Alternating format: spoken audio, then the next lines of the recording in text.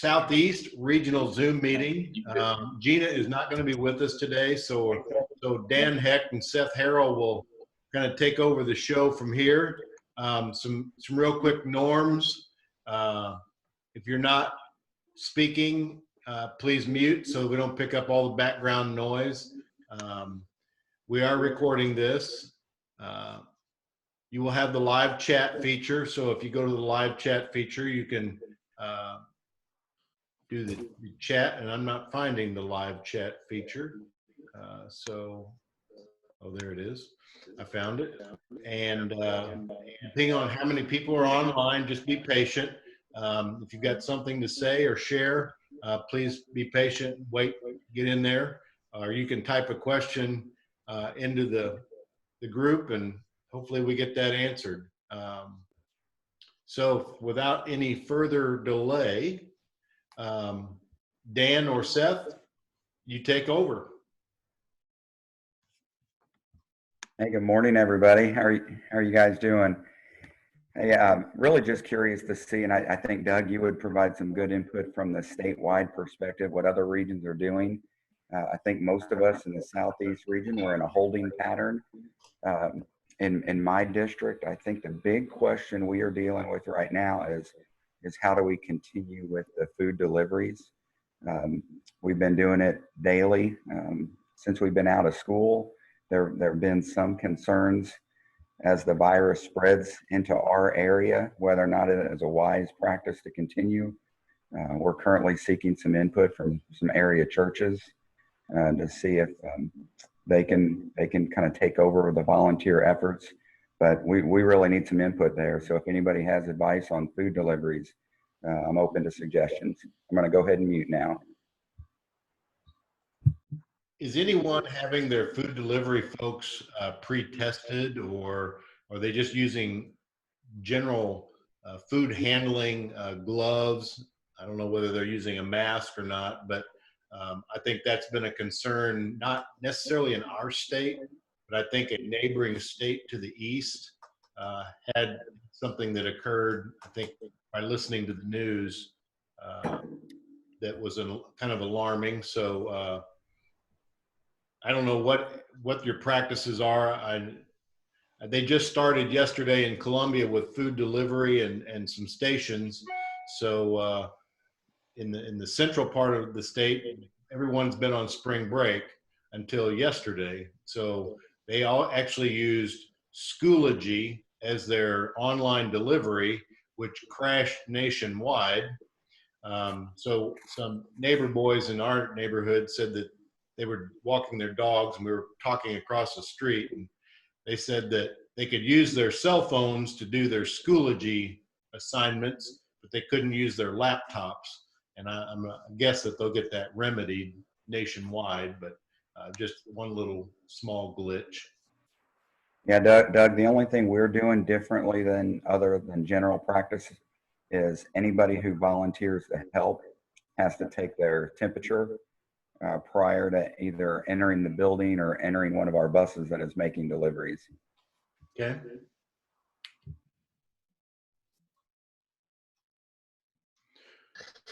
Morning, this is Jeff from Perryville.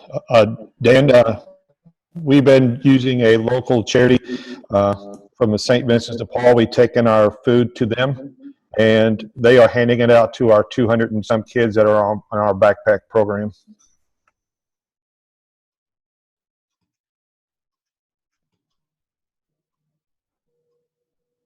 We're doing it, Jackson, we're doing it the same at some of our school buildings. And I anticipate this being more of an issue. I think, if I remember this correctly, Raytown out of Kansas City had postponed theirs for 2 weeks, maybe as of this morning or yesterday, because they had someone, I think a staff member that had been volunteering that had coronavirus. So I see that becoming more of a deal, particularly if we're doing that on site, which we're doing it at our schools, but moving forward, it may be best to try to find a different location in the community to do that, because if we ever have any hope of going back to school, that could be a huge issue if we had one of those staff members get it. but we're still trying to do the best we can. We don't, as far as I know, we're not checking temperatures. I mean, we're just doing the normal protocol of having gloves, wearing gloves and things of that nature. But I do unfortunately anticipate this being a bigger deal moving forward.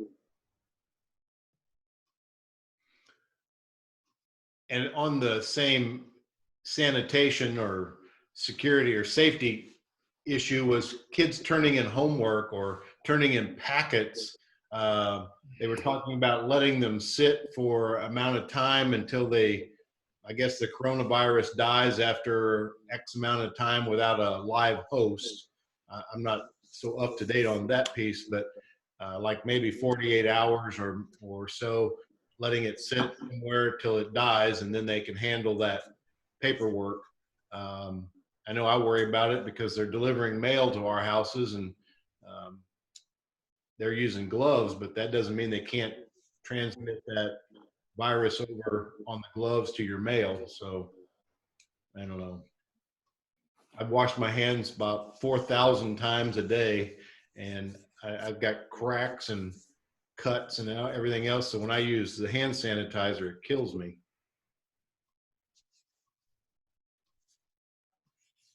Doug, I'll just jump right in again because we had this discussion yesterday with our district administrators. Corey Crosno, one of our junior high principals, had mentioned that he had come across some information where that virus or the germs or whatever can stay on that paper for up to 4 days, and that it was recommended to let that sit for 7 days before it gets handled. And so for me, that was kind of startling, because from a perspective of trying to get to the point of grading assignments and getting work to our students, and then eventually maybe trying to collect that, that's pretty concerning, because right now we're not grading our assignments, and that's been a heavy topic of discussion for us. If we move forward and start trying to assess some of the things that we're giving out, that's definitely going to increase the traffic of things coming and going on our campus. And so we don't know what that looks like. Does anybody know the actual time that I think it's a protein, but that virus lives on surfaces? Is it, I mean, 2 to 4 days, or is it longer? I don't know. I would go where you are. I think I would err on the side of 7 days and making sure it's gone. Good morning again. This is Jeff from Perryville. We had a document sent to us yesterday that it lasts at least 5 days on paperwork and for mail. So we're collecting mail on Thursdays and sorting it out then on the next Monday. So it's set for the 5 days.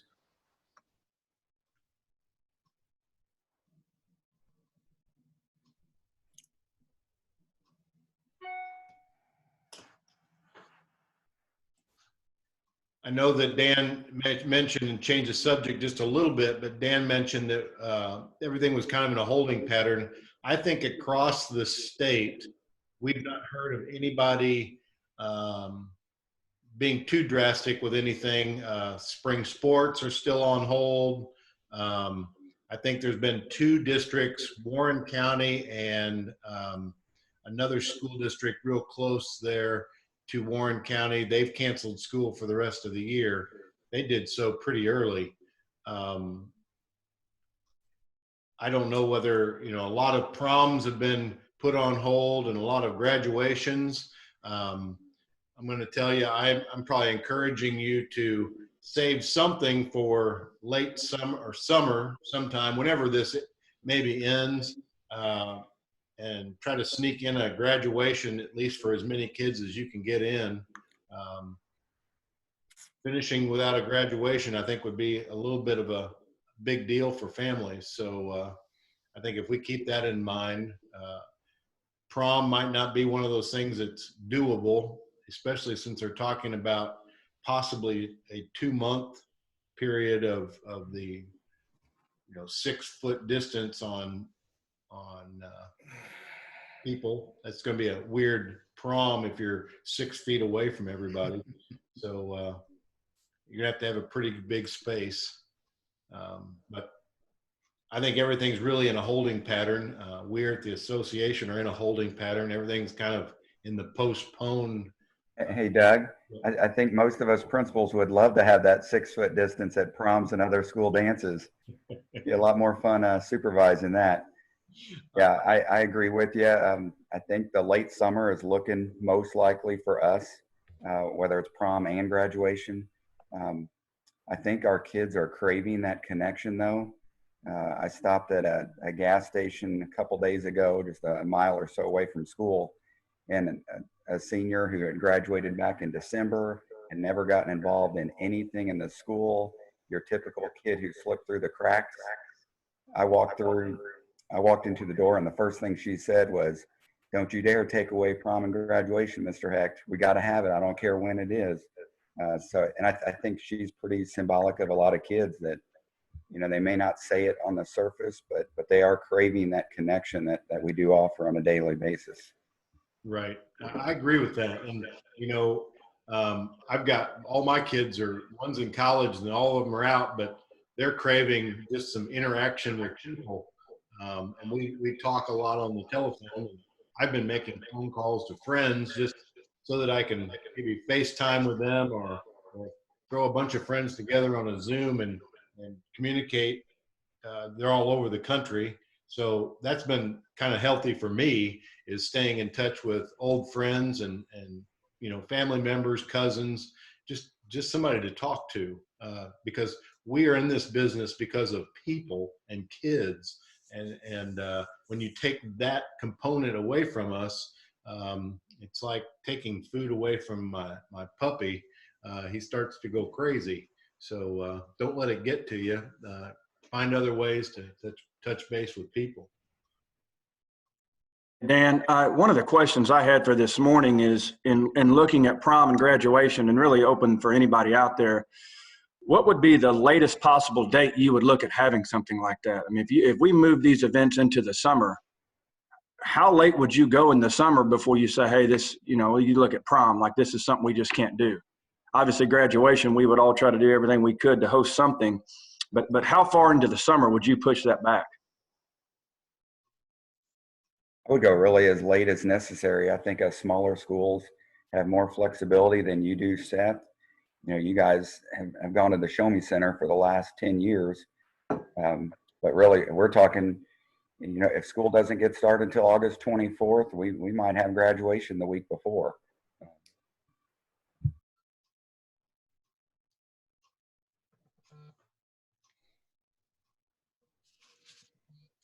Doug, have you heard in some of the other regional meetings, particularly some of maybe those larger schools in St. Louis, or even some that are comparable to us in Southwest Missouri, is anybody else out there? Obviously, they're having the same discussions, but have you noticed anything or picked up on any neat ideas or anything any of those other regions or those other schools are doing?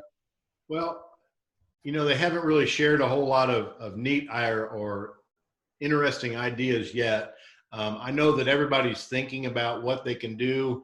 I think when it gets down to crunch time, we may have some options that may vary. The Jostens reps, and I may have mentioned this the last time we met, they have encouraged you as principals to communicate with them because they have some virtual options that they would share with us. And I know John Glennon talked about, having some speakers, maybe put them on, I don't know how they do this or how they would do it, but graduation virtually. So I would throw that idea to them and see what they can do for us or do for you. I'm still thinking if you have a graduation in August, that's probably going to be the best case scenario, and putting people in a facility. Hopefully we get this thing under control as far as the virus, and we're able to do something. If not, we're going to have the delay of school being an issue too.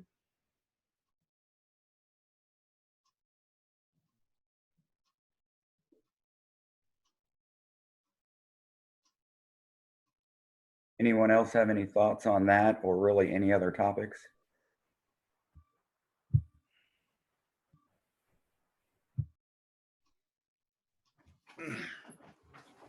Another graduation a little bit. I know on the national level, that's something that the state coordinators are kicking around right now. That's a problem throughout. and they're working on solutions. Some of them are actually going to some of the universities and looking at their models, because some of the universities have done virtual graduation for many years now because of online learning and the way they're spread throughout the nation. And so I would look for some assistance in that regard, some ideas to start coming out from MoASSP as these coordinators start putting this stuff together. So to just give you an idea, they are looking at that. That is a nationwide problem right now. One of the concerns that I've run into is delaying graduation too much. I agree, June, July is a good go if we can, but I'm finding some of my recruits now are actually being, their ship out dates have been moved up sooner. So I'm going to lose a lot of my military kids because they're leaving actually sooner now than they were going to. So if you don't have an eye on that, you may want to check on who your students were who were going to list in the military, and if their departure dates have changed, because I know many of mine have.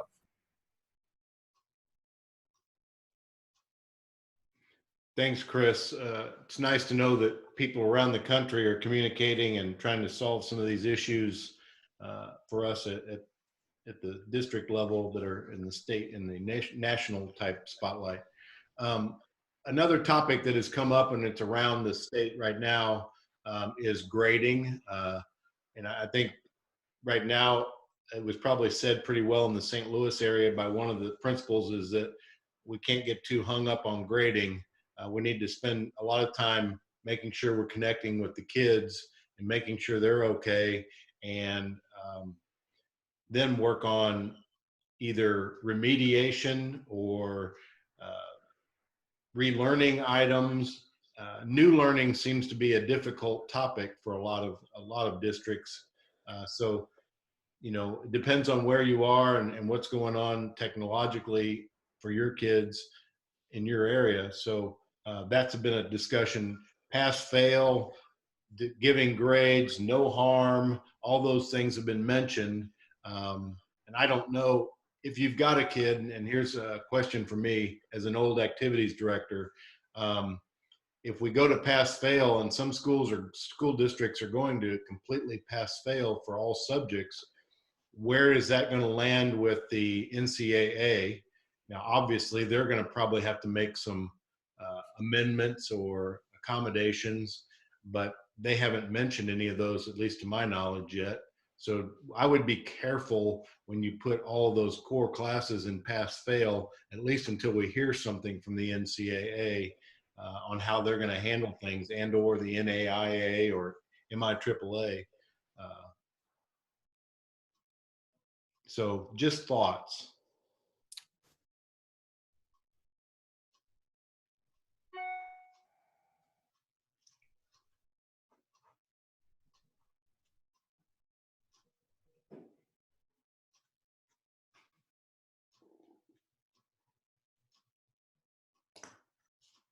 I'll ask another question I had written down. Where do we stand as far as in our region of distance learning, and then schools that are ultimately now taking grades on assignments? Because that's been one of the biggest topics of discussion. So I'd just like to hear out from other schools right now to see what you guys are doing. I know some schools are on spring break, and so they're just now starting with distance learning. Or if you are doing it and now it's been extended, your break's been extended, does that change what you're doing with distance learning? So if any other principal out there at another school would just maybe touch on what their school is doing, that'd be helpful, I think, for all of us. Seth, I'll chime in there. We're on day 10 of doing it. We basically 2 weeks ago went in, had school Monday, Tuesday, and then left Wednesday for virtual learning. And so we did Wednesday through Friday of that week, all of last week, and now we're into this week. I will tell you, in Dr. Boyd and I, and he's on this as well, spent last week having Zoom department meetings with our teachers, checking in, finding out what has kind of been the trend for the online learning, how it was going. We set an expectation that we were going to do the best we could continue. We had some real concerns as a staff. One of those was we know sort of what is lost in the summer, and now you're adding a back-to-back summer. If we're going to be out the rest of the time for a solid 5-6 months, we know what would be lost in that, and we were scared of that. One of the things that we found, we are taking grades on a minimal basis. I've asked them not to be rigid about it, to go back, Doug, with what that administrator was talking about the other day. But one of the things that we found was some of our students, and we talk about staying connected, some of our students kind of initially left with a snow day break attitude that we're just off. And they were a little bit resistant to come back, despite staff calling, despite emails, despite that sort of thing, until they figured out that we were serious about this work. And then they started to, and we made some contacts with parents, and then they started to get in the game. One of my concerns is, and has been from the beginning, if we don't have some accountability standard, there's two things that go on here. One, we want to stay connected with them. And what is their measure to stay connected with us if they see no real value in what's going on? Number two is, again, we want to stay connected with them, and normalcy is a good thing at these times. And we wanted to try to maintain as normal as possible in a very abnormal situation. So I've got some teachers that are teaching Zoom every day. They're being in to answer questions, and we're keeping a journal of all of that to make sure that parents are aware of what assignments are due daily, what Zoom meetings are happening, things like that, to keep our staff and students and parents connected with everything that we're doing. But we didn't really see where we were at as shutting down or just doing remediation straight through a feasible option for our students. I welcome other thoughts.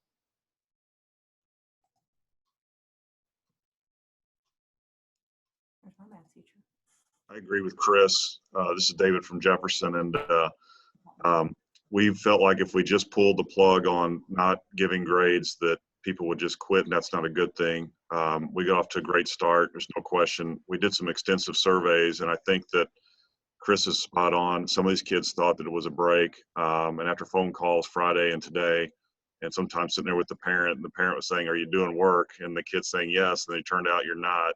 We've had those discussions, but I would say that our general thought process is, as long as students are working and turning in work, to kind of not really hammer, if they would have the chance to improve on their grade from third quarter moving forward, or at least hold serve on it. If they're just not doing any work, they stand chance to not earn credit for that class.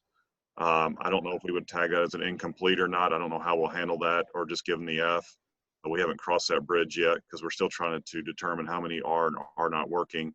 And then we came in this morning to send home our next round of packets to our kids to mail those out, which we've kind of got those tracked and monitored as well. So I would avoid going past fail as well, just because I think there is NCAA, like Doug mentioned, but also to just, you've got a freshman right now, 3 years down the road, hopefully time will kind of heal things. And then you've got a group of kids sitting there with pass fail in one district and then not in another. That's going to be challenging. It could be challenging as well. I mean, I think at the end of the day, most people are going to be reasonable and have different things to accommodate it. But I would recommend, if you can, be generous, be mindful. A lot of our grades and work right now are based on participation other than just the work. And I'll be honest, a lot of teachers and students have enjoyed the process of getting online, chatting, and reworking the problems. And it's been a pretty good process for us. But there's always hiccups with anything. It's like I sent a letter to my parents, very simply, distance learning, really, to get ready for, it's a 3 to 4 month process to work out all the kinks. It was done in 1 week, so we're going to have to be patient with each other.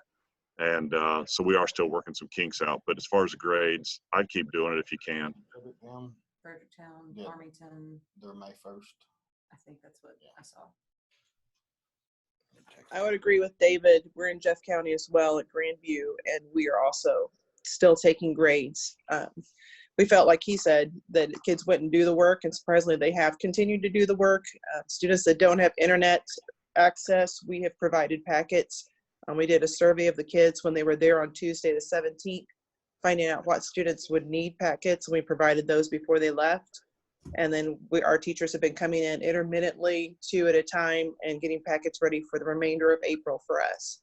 But it seems to be going very well. We even have a process for drop-off, where we have the kids have a place that's safe. They can drop off. They don't have any exposure to staff. We disinfect them. And then after several days, we'll scan them in and send them to teachers. Teachers also are contacting their first hours every hour or every week, so they can kind of keep in touch with their kids. So that's why every all 300 kids are touched every week, on top of the other calls the teachers make. One of the things we had a concern about was, what have we missed? Because that's going to affect what we teach next year. So what we are having our teachers do is go through their pacing guide and highlight whatever they have taught this year while we were in school, that's highlighted green. Whatever they're teaching right now, what key priority standards they felt like they could continue on, we're highlighting yellow, and those things they're not getting to, they're highlighting red.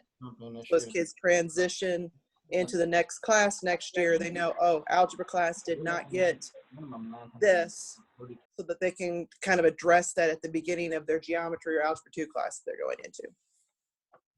And Debbie, that's a great point. One of the other things I've reminded staff and keep in mind, April is usually with standardized testing breaks and everything else a pretty light time anyway. So if you really look at what curriculum normally takes place in April, it's not intensive. So you're trying to kind of keep an even keel during a time in which you would have sort of an even keel. To piggyback on something David said, and I appreciate you agreeing with me, David, always makes me feel better when you and I are a little bit of the same school of thought. If you guys are looking at an AMI plan to present to DESE next year, which allows forgiveness, I believe up to 36 hours is what's allowed on an AMI plan. If you're looking at that, to me, one of the things that I talked with my staff about, you don't want a culture right now that says, hey, when we're called off school, even though we're going to do digital learning, you don't have to do anything. This is a time to sort of slowly implement that culture and get them understanding that even though we're out of school, learning still may take place. Because if I recall correctly in the AMI plans through DESE, part of the accountability for attendance was assignments and how you're going to measure that attendance based on assignments collected and how you're going to collect that. I may be wrong. I looked briefly at the structure of that plan, but one of the things that you kind of need to think about as you go through this process moving forward, if you're going to file an AMI plan to where you can get the credit for the 36 hours missed due to snow, what kind of expectations are you starting to now develop, and how are you now changing a culture with your students that will transcend into those snow days and long-term absences in the future?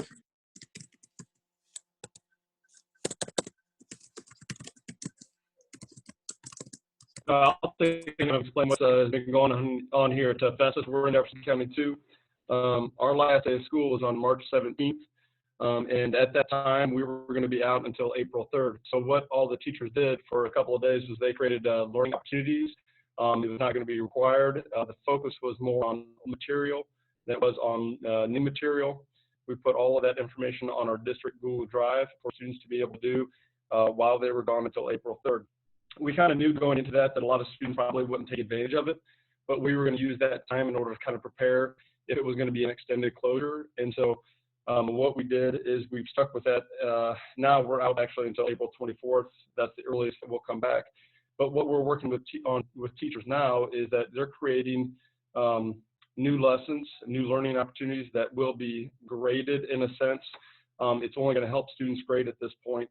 But we're focusing on the essential standards, the essential things that are left to teach this last quarter of the year. And teachers are calling all of the students this week to touch base with them to see who has the capability of going to online learning. Even though we're one-to-one, we need to see who has the internet access at home. And so that's kind of what we're in the process of doing right now, is creating those learning opportunities starting next week that will go into the grade book, but it's only going to help the students semester grade at that point. So that's kind of where we are right now. We kind of took a couple of weeks to get everybody comfortable at home, figure out what our plan was going to be. Now that the closure is extended, now we're moving into the moving forward in the content and assigning grades that are only going to help the semester grade. So that's kind of what we're doing at Festus.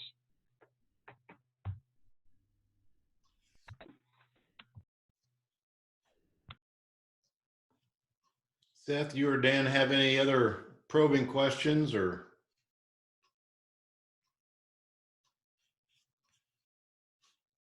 No, sir. I will touch base again with Gina, but why don't we go ahead and tentatively schedule next Tuesday? I don't know what April, what is that, 7th?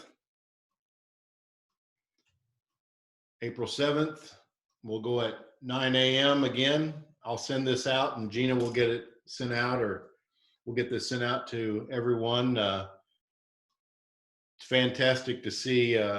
We had 38 people join this Zoom, which is fantastic. I would encourage you to join us on Wednesday.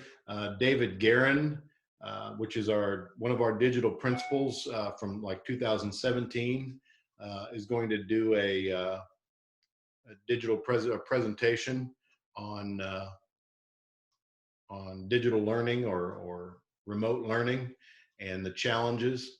So he may give us some ideas on things to do that might help. I know if you don't have the technology, sometimes that doesn't help much, but if you do have some technology, it would be worth the watch. But that's 10 o'clock on Wednesday, and look forward to seeing everybody there. If nothing else, I'd say we can end the meeting, and look forward to seeing everybody on either Wednesday or the following Tuesday. Hey, Doug, Yeah. can I try and get some feedback? I think Jackson is doing one subject a day. I was wondering if a lot of schools are looking at one discipline a day, or if they're trying to cover every discipline every day, or how they're proceeding as far as the coursework is that they're sending the kids.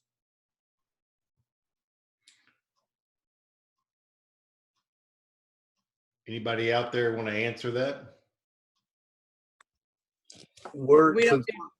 Go ahead. We don't do one discipline a day. What we have is a weekly planner. The students have what their work for the week is, and I'm going to share that with you guys in just a second so you can see kind of how our teachers connect that out. But the kids can choose how they do the work. They just are shooting for the end of the week having the work done. So some of our students were able to get all of their work for all 3 weeks done in 2 weeks' time. And so now they're wanting us to already give them more work. But we don't do this one subject today. We let the kids kind of have some control and autonomy in what they do. Yeah, with one of the things that we found, and I'll give you the statistics just so some of you have an idea, and we were surprised by this. 8 years ago, when we went one-to-one, we were about 60% of our kids had connectivity at home. When I surveyed them just before they went out of the door, out of 570, we found about 12 that did not have connectivity at home of some kind or another. Of those 12, 6 of them belonged to 2 families. So we're kind of looking at trying to provide them individually some Wi-Fi access or hotspot access, but we're kind of keep going with the online learning, the schematics that we had set up, and we're finding it working very well for us because, like I said, when we surveyed, we found that they had that availability. The Zoom is something that we're doing just to support it. It's sort of tutoring time. Our staff kind of looked at it like collegiate office hours. We're going to give the work. We're going to give instructional videos to help. Those aren't interactive so much. And then we're going to set up Zoom time that we will be available that you can Zoom in and ask questions and we can interact with each other and do that. So they're trying to do that. And that's why those are going out in our daily announcements to avoid scheduling on top of things so that everyone can get a look at when these Zooms are being scheduled to kind of know, well, I don't want to put mine here because there's another freshman one going on there. And we're kind of working through the schedule that way. The one thing we did not want to do during this time too, knowing that our staff had childcare issues that they would be incurring, is to try to lock anybody into definitive schedules that did not work personally in their world as well.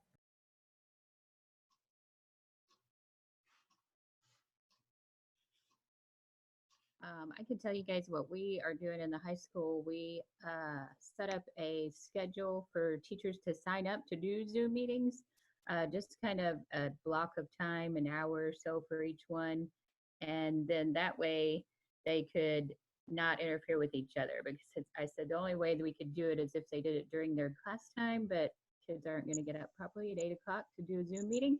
So we signed up between the hours of 10 and 2, and that way nobody is overlapping either. So the kids can see that whole weekly Zoom meeting schedule and know which ones they needed to attend. And I also had another question. If you guys could address, how are you dealing with SPED students? Because that is our worry about taking grades. Right now we're just planning enrichment, but I get what you guys are saying. The kids probably aren't going to do it if it's just enrichment. But our concern is, how do we take grades and still make sure we're meeting the SPED requirements? We met with our SPED group on that very early on. One of the things that we found collectively was most of it was extended time and reading tests. Those were some of the bigger issues, the hurdles we had to climb. And to us, we figured digital takes care of that. The reading of the test was a pretty basic solution. Extended time is something we're kind of giving everybody right now. It is, you know, there's a lot of fluidity to when stuff gets turned in. One of the things that we also looked at, and our process coordinator, Jamie Drury, has been absolutely amazing in working with her staff. But what we kind of looked at was, because we're sort of minimizing this and like co-teachers aren't going to be in those co-teaching environments that much anymore, they could do a lot more one-to-one interaction with kids. And they're setting up those Zooms and they're having those phone calls and they're working on that to provide those services the best they can. It's not a perfect world. I'm not going to deny that for 1 minute, but I really think that they're figuring that out as they go on how those services are going to be provided. And it kind of goes back to what I talked about earlier. We wanted to solve a lot of this because we could see this coming in the future for snow days and the like. And those were all questions and hurdles we were going to have to climb during that time as well. So we really wanted to attack it here when we felt like staff had a lot of time to work through this. Not perfect, but that's a lot of what they're doing. And I really put my process coordinator in charge of collaborating all that. They have a meeting that they do as a SPED group once a week. And then, like I said, you can go into our announcements. You can see when the SPED people are available for hours of Zoom, that you can Zoom in. They are making those calls. They are making those contacts out as well. It's a two-way street. And so far, knock on wood, the parents have been happy. The other thing I did with my assistant, since currently right now she's not doing much, she would normally be the one in the building that would greet people, work on all that. She took an old cell phone that we had, and she is actually calling every day parents, just going down the list of our parents and doing wellness checks. And one of the things that we're finding is that is being very productive to the overall cause, because we're doing a lot to reach out. These parents are understanding the efforts that we're going through to keep this going and to meet the needs of students. And I think that's going to help. Legally, does it cover and check all the boxes? No, absolutely not. And I don't think anything we ever do would. But I also would argue that a lot of times in the classroom, you're not seeing that as well. So therefore, are they appropriate concessions? And my thought is yes. We had a question that was posed, and I think it was answered, but I want to double check. Desi, did we get an answer from Desi in EOC exemption for graduates? We did get an answer on that, correct? That they are exempt, that we're not doing EOC? Yes, I believe we did. And also, John, back me up. Did we also not get one on A+ eligibility for EOCs as well for algebra? Yeah, that's correct. The senior class will not be required to meet the Algebra 1 EOC requirement for just this graduating class. They also limited the number of hours to 25 as well. So.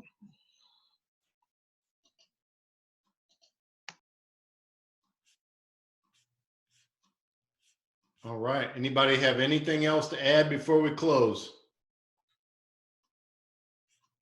All right. I'll look forward to seeing everyone Wednesday. If you want to join the statewide Zoom with David Guerin, we do have 500 seats available for that Zoom. And if you don't want to join that, I'll see everyone here next Tuesday, 9 a.m.